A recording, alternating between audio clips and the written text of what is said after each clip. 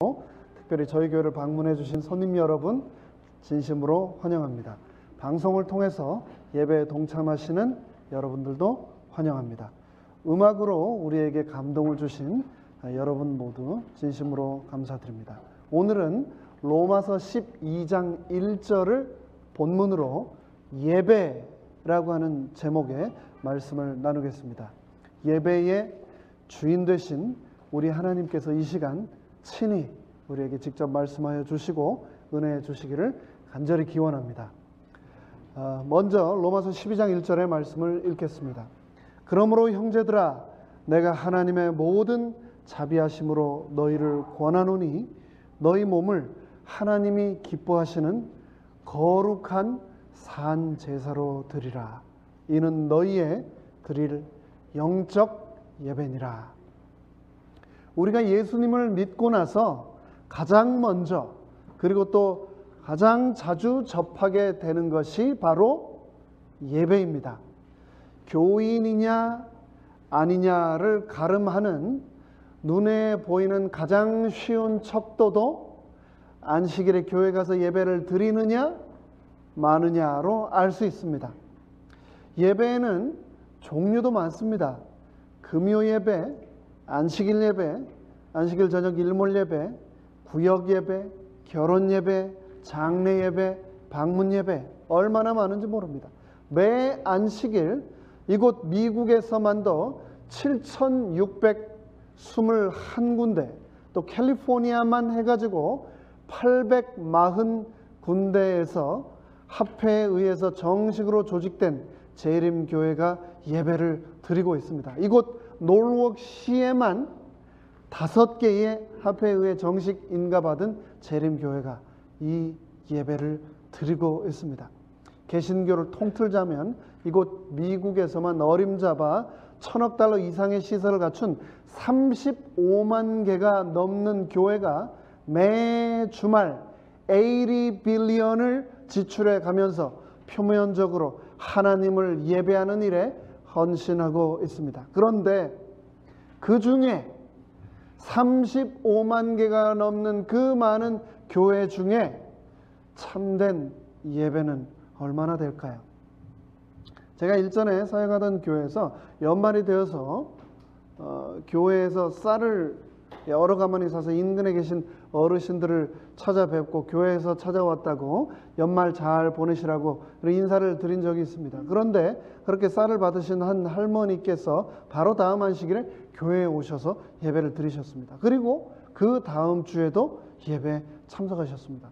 너무나 반갑고 감사했습니다. 그런데 셋째 주가 됐는데 할머니가 교회에 나타나지 않으셨습니다. 궁금해가지고 찾아뵀지요. 그랬더니 할머니가 말씀하시기를 이 10파운드짜리 5kg짜리 쌀 한 가마니면 한 2주 정도 예배 참석해주면 된 거 아니냐고 저한테 말씀을 하셨습니다.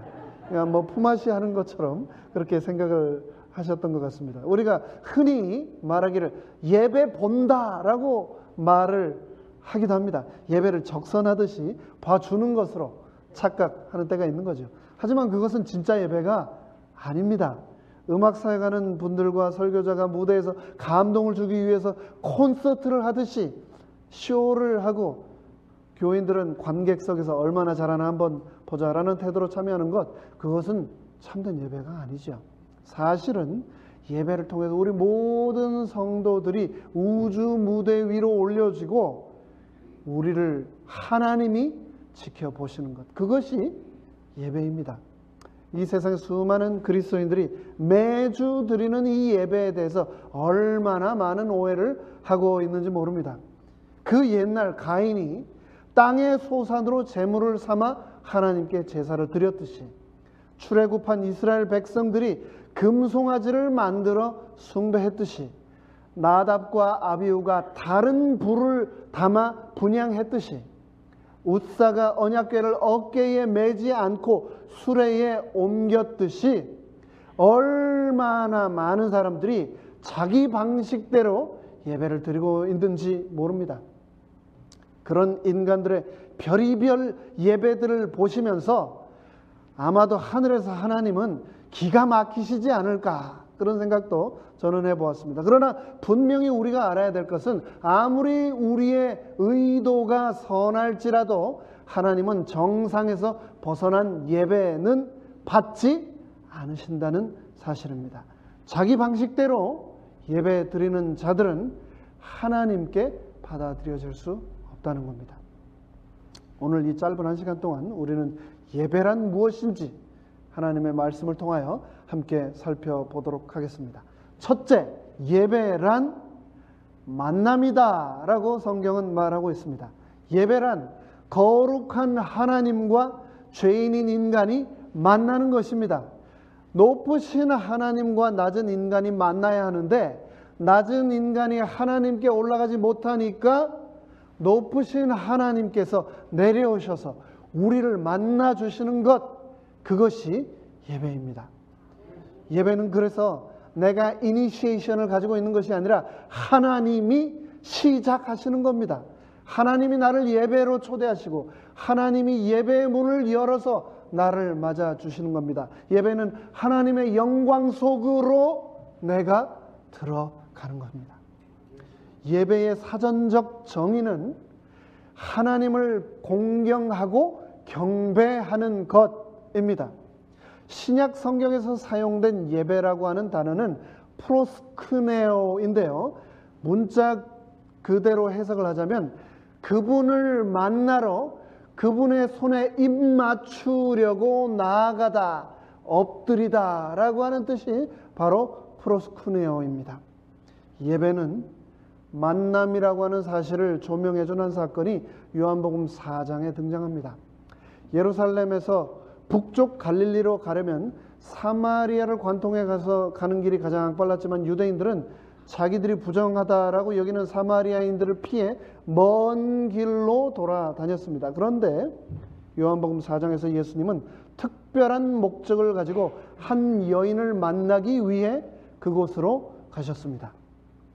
사마리아인, 혼혈인들인 그들은 BC 722년 북방 이스라엘이 아시리아에 의해서 패하고 쓸만한 사람들은 다 잡혀가서 노예로 그곳에 가서 부려지는데 데리고 가봐야 짐밖에 되지 않는 그런 가난하고 병약한 사람들만 그곳에 남게 되었는데 그 후 주변 외국인들, 특별히 바벨론 지역에서 많은 외국인들이 그 지역으로 이주를 하기 시작했고 그 결과 생겨난 사람들이 바로 오늘 요한복음 4장에 등장하는 사마리아인들이었습니다. 그들은 유대인의 순수한 혈통을 더럽혔다고 멸시받았습니다. 역사는 사마리아인들이 유대인의 유산을 계속 유지하기 원하며 유대인들에게 하나님께 드리는 참된 예배를 가르쳐 줄 제사장을 보내달라는 간청까지 했다라고 하는 기록을 보여주지만 유대인들은 사마리아인과는 어떤 관계도 맺지 않는다며 단호히 그들의 부탁을 거절했습니다. 그래서 사마리아인들은 대안으로 자신들만의 예배처를 세웠습니다. 모세 오경만 경전으로 받아들이는 그들이 모세 오경과 아시리아와 바벨론에 들어온 온갖 것들을 다 섞어가지고 그들 나름대로의 예배를 그들이 사는 곳 그리심산 위에 성전을 세우고 자기네 방식으로 예배를 드리기 시작한 겁니다. 그런데 BC 128년 마카비의 통치자 존 히루카누스가 사마리아의 성전, 그 그리심산 위에 있는 성전을 완전히 파괴해 버렸습니다. 그러고 나서 그 이후로 성전은 재건되지 않았지만 여전히 사마리아인들은 그리심산 위에서 계속해서 예배를 드렸습니다. 그리고 지금까지 비록 지구상에 남아있는 사마리아인들이 약 500명이 채 안 되지만 그들은 여전히 정기적으로 그 빈 산에 모여 예루살렘과 상관없이 그들만의 예배를 드리고 있습니다. 예수님께서는 사마리아 우물가에 있던 그 여인에게 영원히 목마르지 않는 물이 있다라 소개를 하셨고 여인은 그 생수를 달라고 예수님께 부탁했습니다. 그러자 예수님은 사마리아 여인의 죄악된 삶에 대해 다 알고 계심을 밝히며 그녀에게 도전하셨습니다. 그 여인에게 내 남편을 데려와라 라고 말씀하신 겁니다. 여인은 자신의 치부를 훤히 내다보고 계신 그분이 하나님께서 보내신 분임을 알고 마음속에 평생 묻어왔던 질문을 던졌습니다. 여인은 자신의 죄를 사하고 또 회복시켜 주시는 하나님의 은혜와 용서를 갈망하며 예배할 곳을 찾고 있었지만 어디로 가야 할지 알지 못했습니다. 그 인생의 목마름 때문에 남편을 5이나 만났지만 그녀는 절대자만이 목마름을 채워줄 수 있다는 것을 깨닫고 예배를 갈급하며 살아가고 있었던 겁니다. 사마리아 여인은 나는 더 이상 이렇게는 살 수 없어. 내게는 하나님의 용서와 은혜가 필요해. 나는 그분을 만날 거야. 라면서 그녀의 갈급함, 그 살아계신 성전이신 하나님을 간절히 찾았을 때 예배의 주인이신 예수님이 그 여인을 비로소 찾아가게 되셨던 겁니다. 23절에서는 아버지께서는 이렇게 자기에게 예배하는 자들을 찾으시느니라 라고 말씀하고 있습니다. 하나님은 오늘도 지금 이 순간도 예배자를 찾고 계십니다. 오늘 이 예배를 통해서 2000년 전 사마리아 여인이 그랬던 것처럼 우리도 예수님을 꼭 만나게 되기를 간절히 바랍니다. 둘째, 예배는 몰입입니다. 말씀으로의 몰입이고 예수님께로의 몰입입니다. 그리고 그 몰입을 통한 깨달음이 예배입니다. 예배는 몰입이다라고 하는 사실을 보여준 한 여인의 이야기가 또 누가복음 10장에 등장을 합니다. 읽겠습니다. 저희가 길 갈 때 예수께서 한 촌, 다른 복음서에서는 이곳이 베다니라고 기록을 하고 있습니다. 그곳에 들어가심에 마르다라 이름하는 한 여자가 자기 집으로 영접하더라. 그에게 마리아라는 동생이 있어 주의 발 아래 앉아 그의 말씀을 듣더니 마르다는 준비하는 일이 많아 마음이 분주한지라. 갑작스럽게 집에 많은 숫자의 손님이 닥쳤던 적이 있으십니까? 그것도 전혀 예상하지 못한 시간, 예상하지 못한 사람들이 말입니다. 집안은 어지러졌고 냉장고엔 먹을 것도 없는데 누가복음 10장에서는 예수님을 포함해서 최소한 한 13명은 됐을 것 같은데요. 혹은 그보다 더 많은 무리의 사람들이 마르다의 집을 방문하게 된 내용이 등장합니다. 옛 히브리 예법에는 손님이 오면 손과 발을 닦을 물을 준비해 제공해야 했습니다. 우물에서 물을 길러야 했기 때문에 물동이와 바가지를 챙기느라 정신이 없고 대야와 수건을 준비하느라 분주했을 겁니다. 마르다의 마음은 이 사람들의 저녁을 무엇으로 대접해야 할까 마음이 무거웠을 겁니다. 빵도 구워야 하고 우유도 따라 놓아야 하고 혹시 잠을 자고 갈지도 모르니까 잠자리도 봐줘야 하는데 일손이 너무나 딸리는데, 그런데 그렇게 마음이 분주해서 정신이 없는 언니와는 달리 마리아는 예수님의 발 아래에 앉아 그분의 말씀에 완전히 몰입해 있었던 겁니다. 오늘날도 마찬가지입니다. 많은 분들이 이곳 예배의 자리에 계시지만 지난 한 주 동안 나를 붙잡고 있던 직장에서의 고민, 생계의 현장에서의 갈등, 사역으로 인한 분주함으로 온전히 예배에 몰입하지 못하는 분들이 계십니다. 몸만 성전 안에 있지 마음은 딴 데 가 있는 거죠. 수많은 사람들이 매 주말 교회에서 예배에 동참하지만 예수님의 복음을 듣지만 메시지의 핵심을 깨닫는 사람은 적습니다. 예수님의 제자들은 3년 반이라는 시간 동안 예수님과 동거동락하며 그분으로부터 가르침을 받았지만 그들은 예수님께 몰입하지 않고 자신들의 출세와 입지에만 몰입해 있었습니다.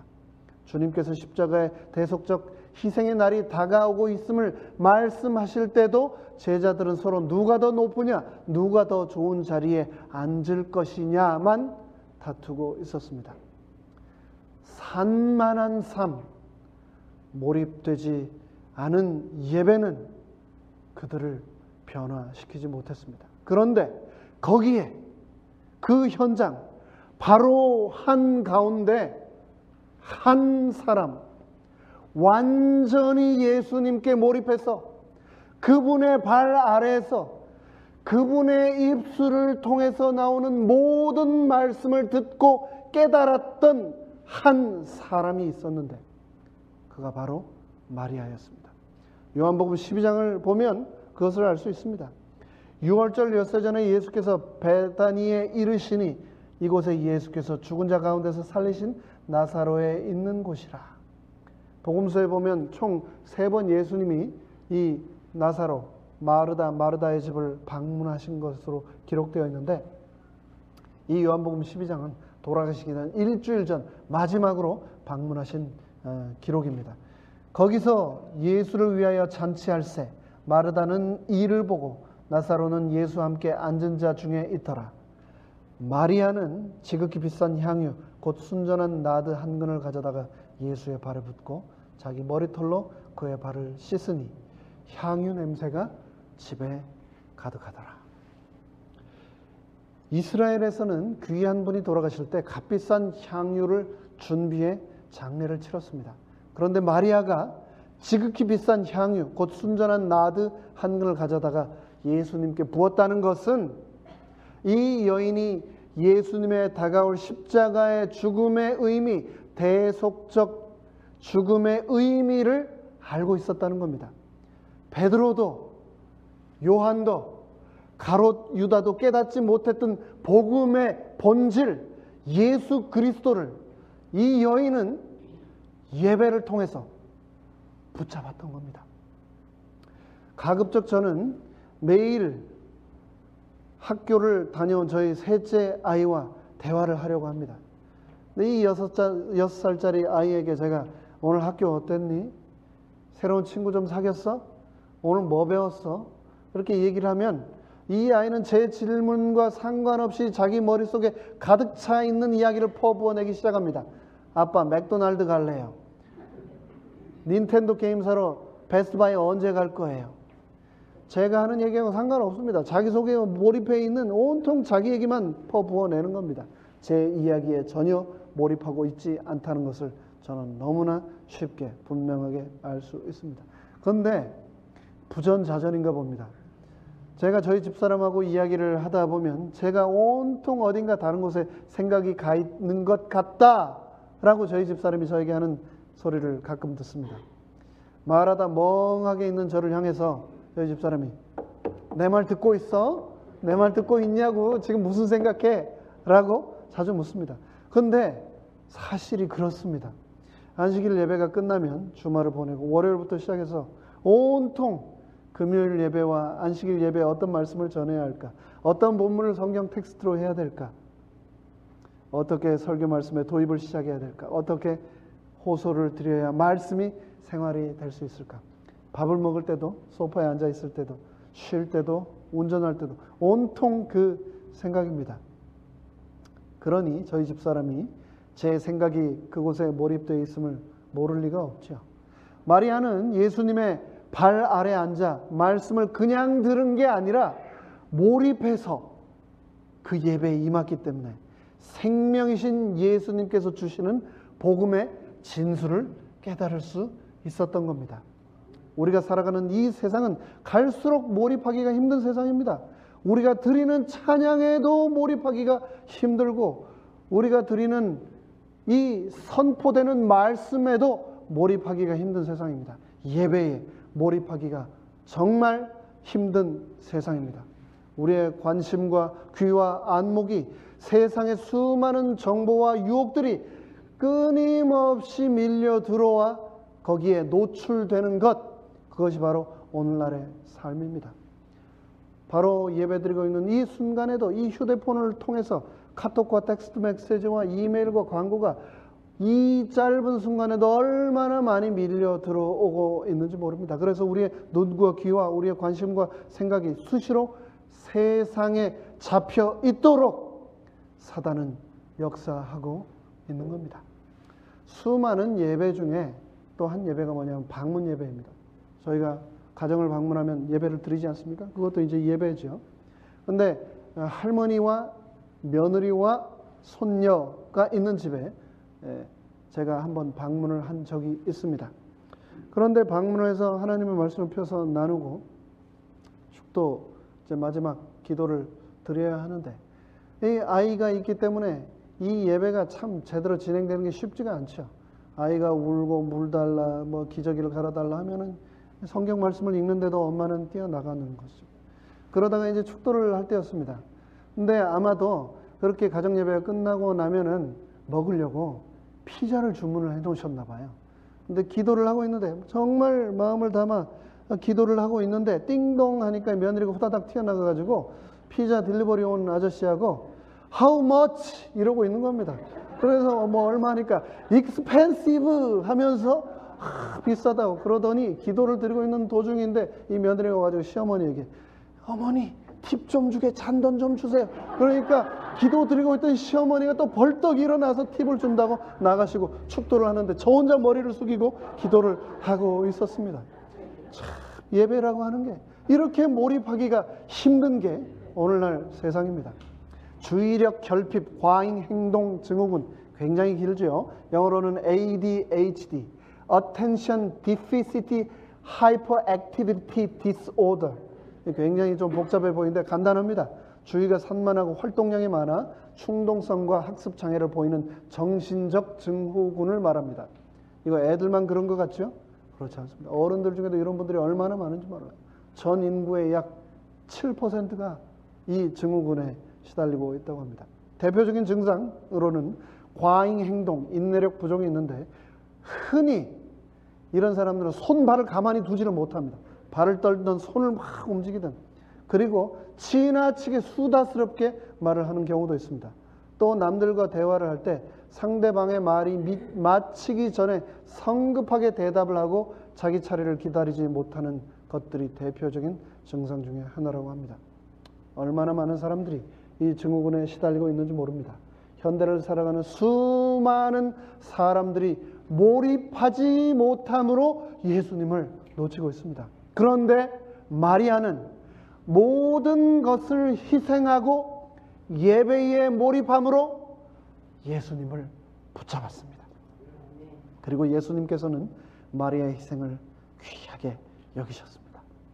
베드로도 요한도 듣지 못한 칭찬을 이 여인은 예수님으로부터 받았습니다. 예배에 온전히 몰입함으로 마리아처럼 깨달음이 있는 예배가 되기를 간절히 바랍니다. 셋째, 예배는 드림입니다. 여러분, 오늘 왜 교회에 오셨습니까? 이 질문은 굉장히 중요합니다. 무언가를 얻기 위해 오셨습니까? 교회에서 나에게 해준 게 뭐가 있죠? 예배를 통해서 얻은 게 아무것도 없습니다 라고 말을 하는 분이 간혹 있습니다. 그런데 그럴 때 스스로 꼭 생각해 보시기 바랍니다. 나는 하나님께 무엇을 드렸는가? 내가 이기적으로 복을 구하기 위하여 얻기만을 위해서 교회에 온다면 그것은 예배의 핵심을 놓치는 겁니다. 예배는 보는 것이 아니고 참여하는 것이고 체험하는 것이고 궁극적으로는 드리는 것입니다. 우리는 복을 받기 위해서가 아니라 영광을 드리기 위해 교회에 오는 겁니다.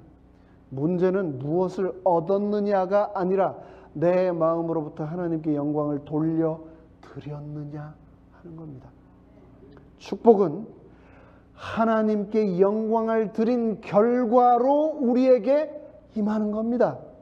내가 복을 받지 못했다면 내가 하나님께 영광을 온전히 드렸는가 스스로 되돌아봐야 하겠습니다. 마리아가 한 이 일은 결코 쉬운 일이 아니었습니다. 노동자의 1년치 임금에 해당하는 300데나리온이라고 하는 돈, 그 돈은 그녀에게 결코 작은 돈이 아니었습니다. 나드 한 근을 사기 위해서 어쩌면 마리아는 자신의 은행의 잔고를 다 털고 가지고 있는 모든 재산을 다 처분했을지도 모릅니다. 하지만 그녀는 전혀 서운하게 생각하지 않았고 아깝다고 생각하지도 않았습니다. 말씀을 통하여 예배란 드림이라는 것을 깨달았기 때문입니다. 여자의 머리카락은 옛날이나 지금이나 곧 자신의 영광입니다. 여자들이 헤어샵 가서 커트하고 파마하고 브릿지하고 샴푸하고 린스하고 드라이 하는데 쓰는 돈이 미국 1년 국방비보다 더 많다고 하는 우스갯소리가 있습니다. 여인의 자랑이요, 그 영광 같은 머리카락을 아낌없이 풀어 예수님의 발을 닦았습니다. 그 모습에 예수님이 감동하셨습니다. 그리고 복음이 전파되는 곳에는 어디든지 그 여자의 행한 일도 기념되리라고 말씀하셨습니다. 이 예배를 통하여 참된 예배는 하나님께 영광을 드리는 것이라는 걸 깨닫고 드림으로 우리 모두 축복받게 되기를 간절히 바랍니다. 넷째, 예배를 통하여 우리는 참된 봉사자로 태어나게 됩니다. 여러분, 먹는 거 중요합니까? 굉장히 중요합니다. 위가 열려야 마음이 열린다라고 하는 말이 있을 정도입니다. 함께 식사를 하는 사람들을 식구, 패밀리라고 합니다. 한 집에서 함께 살면서 끼니를 함께 하는 것, 그보다 더 가까운 관계가 있겠습니까? 인간 삶에서 이보다 더 소중한 사이가 있겠습니까? 근데 이 관계에, 그 관계의 한가운데 뭐가 있냐면 바로 먹는 게 있습니다. 먹는 게. 먹는 게 너무너무 중요한 거죠. 또 먹어? 그래도 먹어야 됩니다. 먹는 게 그렇게 중요한 겁니다. 그래서 오죽하면 목회를 먹회라고도 하지 않습니까? 그 일을 위해서 온몸 바치고 센스 있게 발 빠르게 움직여 일하고 있는 한 여인, 마가복음 10장에 등장하는 이 여인 마르다가 식사 준비를 안 하면 그날 저녁에 예수님하고 제자들이 다 쫄쫄 굶었을 겁니다. 식사 준비가 하나도 안 됐을 겁니다. 손님 대접하는 것 정말 중요한 봉사입니다. 그런데 누가복음 10장 38절로 42절에서 마리아더러 자기 좀 도와주라고 말해달라는 마르다의 부탁에 대해서 예수님은 마르다야, 네가 너무 염려가 많구나 라고 하시면서 예수님의 발 아래 앉아 있기로 한 마리아의 선택을 오히려 칭찬해 주셨습니다. 왜 그랬을까요? 신앙생활을 하다 보면 봉사해야 할 순간이 옵니다. 그때 우리는 기꺼이 소매를 걷어붙이고 봉사에 나서야 합니다. 절대 안 하면 안 됩니다. 교회의 수많은 봉사 중 가장 중요한 봉사를 꼽으라면 바로 식당 봉사를 꼽을 수 있을 것입니다. 많은 분들이 생각하시기를 다 마리아처럼 예수님 발 아래 가 앉아 있으면 밥은 누가 합니까? 라고 생각하십니다.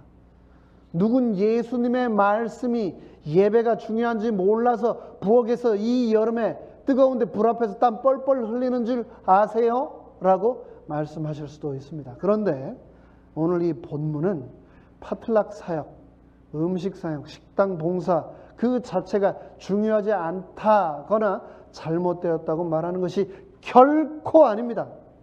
포인트는 예배와 봉사, 이 둘 사이를 구분하지 못하고 우리가 봉사가 예배라고 착각하는 데 있다는 겁니다. 서울 신랑하고 경상도 신부가 깨가 쏟아지는 신혼생활을 하고 있던 어느 날 국수를 삶아 먹다가 싸우게 되었답니다.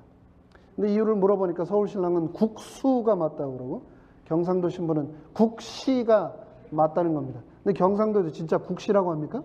네. 그래가지고 둘이 싸우다가 야, 안 되겠다. 이거 결판을 보자. 옆집에서는 선생님한테 찾아가서 물어보기로 하고 찾아가게 되었습니다. 선생님, 국수가 맞습니까? 국시가 맞습니까? 국수하고 국시가 다릅니까? 선생님이 예, 다르죠. 국수는 밀가루로 만들고 국시는 밀가리로 만들죠. 그러면 밀가루하고 밀가리는 뭐가 다릅니까? 예, 다르죠.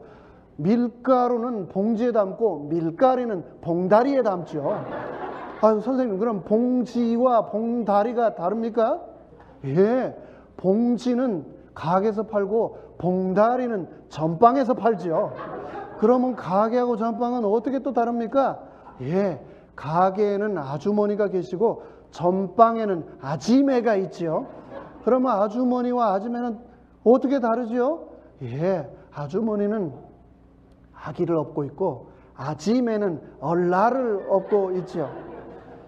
보면은 제가 보기엔 똑같은 것 같은데 이 국수와 국시도 이렇게 다른데 예배하고 봉사를 구별을 못해서 되겠습니까? 의료 봉사가, 홈리스 무료 배식 사역이, 발 마사지 봉사가, 주차 도우미 봉사가 교회 얼마나 중요한 봉사인지 모릅니다. 그 봉사들이 멈추면 얼마나 힘든지 큰 혼란이 오는지 모릅니다. 하지만 이 봉사들은 참된 예배를 통한 삶의 실천이지 예배의 열매이지 그 봉사 자체가 결코 예배가 될 수 없다는 겁니다. 마르다는 봉사를 하면서 동생 마리아가 자신을 돕지 않는다고 막 혼내고 나무랬을 뿐만 아니라 더 나아가서 심지어 예수님께까지 원망을 했습니다. 너무나 소중한 봉사를 하면서 마리아는 피해의식에 사로잡혀 있었던 겁니다. 왜 나만 해야 되지요? 마르다는 불평했습니다. 그것은 그녀의 삶이 불평을 한다는 것은 그녀의 삶의 균형이 깨졌다는 것을 보여주는 증거였습니다. 예수님을 위한 봉사를 하면서도 분주하고 속상하고 원망이 마음속에 가득했던 거죠. 오늘날 우리 교회는 어떻습니까? 아, 목사님 저 더 이상 이 직분 못 맡겠어요. 여러분 중에 혹 교회 봉사의 직분을 맡으시고 그 일로 너무나 분주하고 그 일로 인해 사람들과 부딪히고 그래서 속상하고 그래서 힘들어서 더 이상 봉사를 못하시겠다라고 생각하는 마르다 같은 분 계십니까? 하나님이 맡겨주신 이 소중한 사역을 징역처럼 하고 계신 분 계십니까? 그렇다면 마르다처럼 내 삶에 예배가 결핍되어 있지는 않은지 스스로 되돌아봐야 하겠습니다.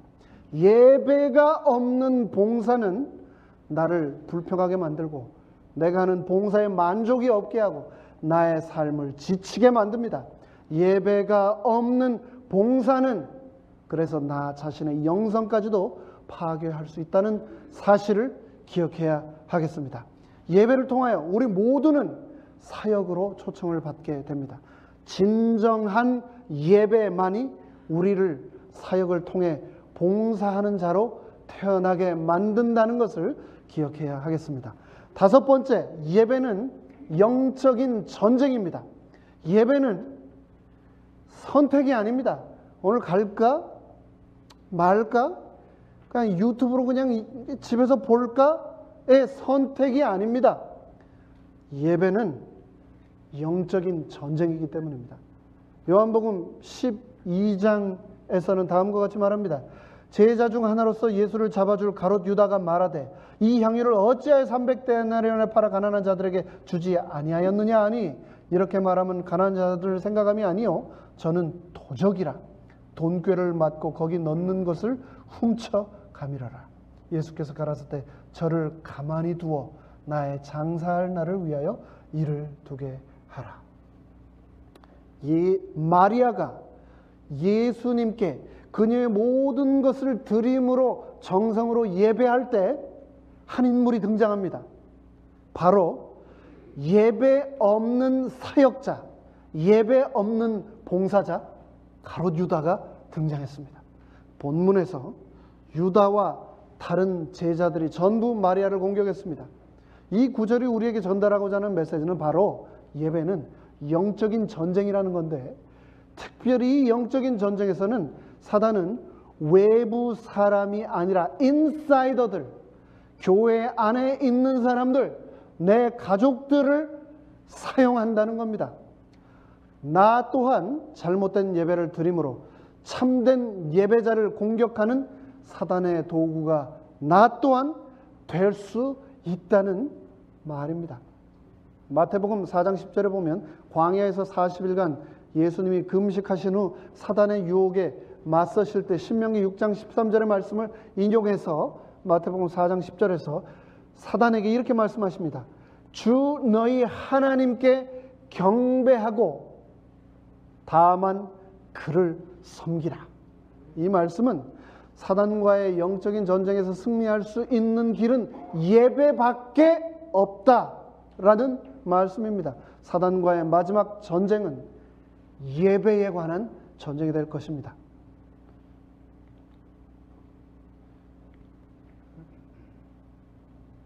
계시록 14장 6절로 7절은 다음과 같이 말합니다. 우리가 잘 아는 세 천사의 기별의 첫째 천사의 메시지입니다. 또 보니 다른 천사가 공중에 날아가는데 땅에 거하는 자들 곧 여러 나라와 족속과 방언과 백성에게 전할 영원한 복음을 가졌더라. 그가 큰 음성으로 가로되 하나님을 두려워하며 그에게 영광을 돌리라. 이는 그의 심판하실 시간이 이르렀음이니 하늘과 땅과 바다와 물들의 근원을 만드신 이를 경배하라 하더라. 우리의 경배의 주인 되시는 하나님께 영광을 돌리고 온전히 예배함으로 사단과의 최후의 대쟁투에서 우리 모두 승리하게 되시기를 간절히 바랍니다. 이제 말씀을 마무리하겠습니다. 하나님은 예배자를 찾으십니다. 하나님께서는 나에게 산 제사를 드리라고 말씀하셨습니다. 오늘 말씀을 통해서 우리는 첫째, 예배는 하나님과의 만남이고, 둘째, 예배는 예수님께로의 몰입이고, 셋째, 예배는 나 자신을 그분께 드림이며, 넷째, 예배를 통해서 우리는 참된 봉사자로 태어날 수 있고, 다섯째, 그래서 사단과의 영적인 전쟁에서 승리할 수 있다라고 배웠습니다. 우리에게는 예배가 필요합니다. 하나님은 우리에게 말씀하십니다.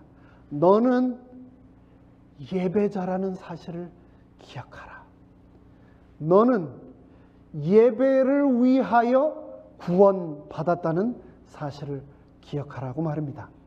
다가오는 한 주 동안의 나의 삶 속에서 삶이 예배요, 예배가 삶인 참된 예배자의 삶을 우리 모두 살아가게 되기를 간절히 바라며 말씀을 마치겠습니다.